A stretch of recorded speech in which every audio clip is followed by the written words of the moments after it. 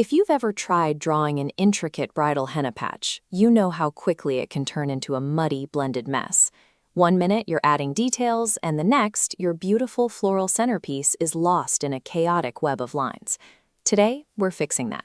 You're going to learn the exact structural rules that keep your 3D florals crisp, your grid work sharp, and custom names perfectly legible, all within the same design. To get started, grab a fine tip cone and set up a clean practice surface. A narrow opening provides the physical control required for the intense contrast we're about to build. I'm assuming you already have a handle on basic cone pressure and can draw foundational shapes. We're going to build directly on those core skills. Learning to balance heavy, bold strokes with microscopic details is what separates a standard application from a professional bridal service. Let's map it out. The most common mistake happens before the henna even touches the skin, starting the pattern too high on the arm. Take a look at this placement guide. Instead of starting right at the joint, measure exactly 4 fingers down. If you start too high, your grids will overextend and stretch the design awkwardly up the forearm. Once you have that line, anchor your first main element, like a 3D hibiscus or a rose, right below it. This floral piece acts as your anchor.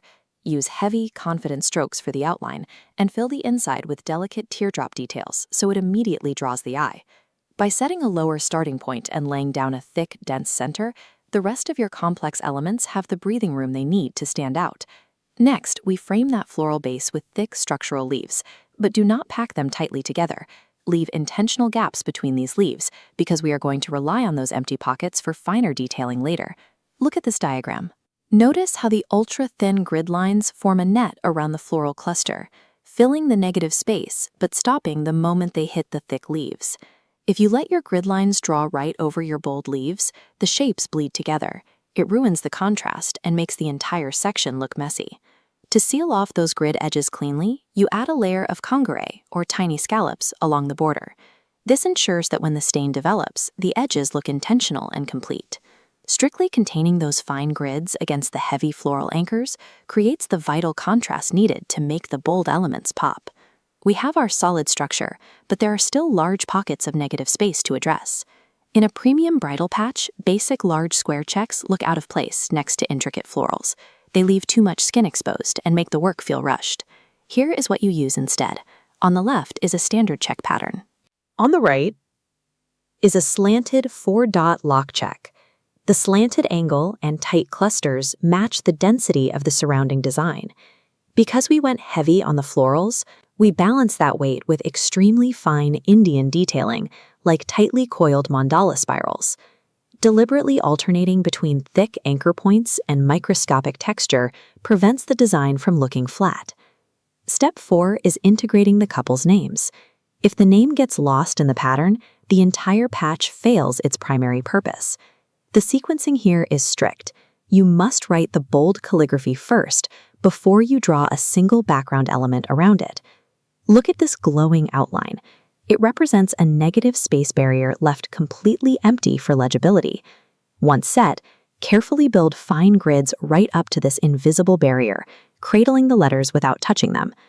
To finish the patch, we move to the final shading and anchor the bottom with a clean zigzag border. Before you shade, factor in the physical reality of the skin.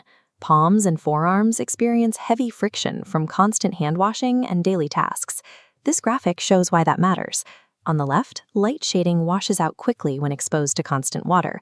On the right, heavy, bold strokes withstand the friction and stay crisp.